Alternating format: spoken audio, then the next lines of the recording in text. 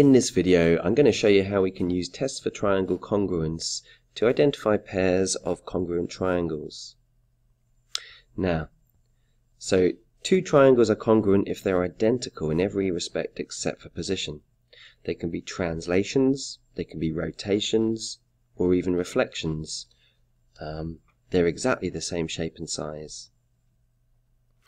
Now, in this investigation here, they're determining these tests for triangle congruence, but I'm just going to go straight to these.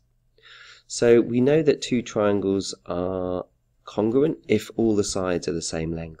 Okay, they're effectively identical triangles if all the sides are the same length. They're also going to be the same if two sides and the angle between those two sides are equal. So here we have two equal sides, and the included angle between them is also equal.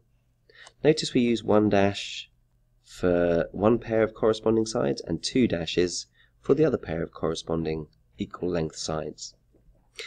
Another condition can be AA corresponding S, which is two angles are the same and one pair of corresponding sides are the same. So one angle, two angles, and the shortest length on each triangle is identical, is equal. So this is AA corresponding S. And finally we have RHS, which stands for right angle, hypotenuse, side.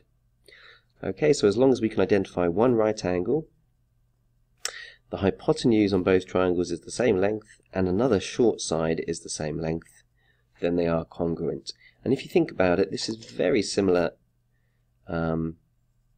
It's similar to this one, SAS, side, angle, side, but it is a little bit different.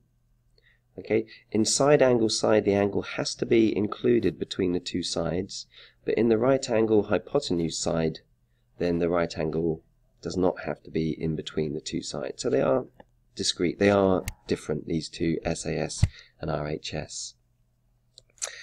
So let's look at this example here. I've got the tests for triangle congruence on the left, and I've got an example question on the right. So, are the triangles congruent, yes or no?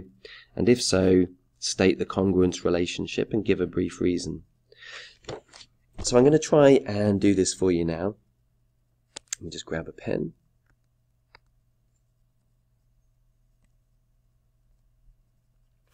So are they congruent? Let's look at A here. For some reason my pen isn't working. Okay, apologies, I can't get my pen to work, so I'm just going to have to explain this orally. So let's look at A here. We're looking at triangle ABC and triangle PQR.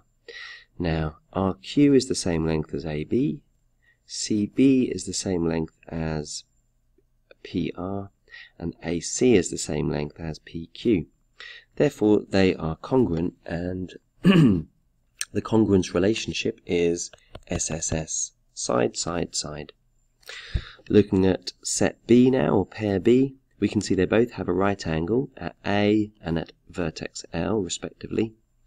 BC, the hypotenuse of triangle ABC, is the same length as KM, the hypotenuse of triangle KLM. AC, and one of the shorter sides on ABC, is the same length as LM, one of the shorter sides on KLM. Therefore, these two triangles are congruent, and the condition would be RHS, right angle, hypotenuse, and side. In part C here, we're looking at this pair now. Now, we can see that BAC, angle BAC, marked here as alpha, is equal to angle EDF. Angle BCA, marked here as beta, is equal to angle DEF. And we also have that side length AC is equal to side length DE. Now, if you can imagine triangle EDF or DEF being reflected vertically, okay, so point D comes down here, point E comes down here, and point F would be up here. We can see that D corresponds to A. Whoops.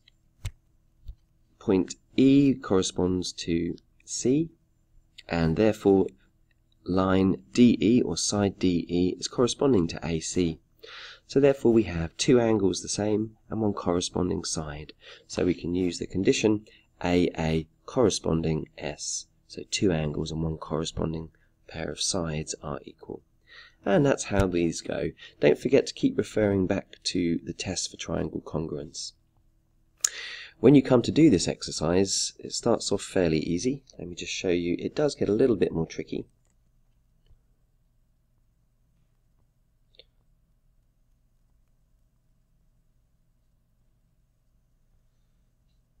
Okay, so in all of these, we're basically just asked to say if the triangles are congruent and state the conditions. Don't forget though, please, you should really be writing down the reasons. Okay, so for example here, in the example here, they're showing the condition next to, and this symbol here means is congruent to. So this statement here just says triangle ABC is congruent to triangle QRP, the condition being side, side, side. So state your answers like that. Okay.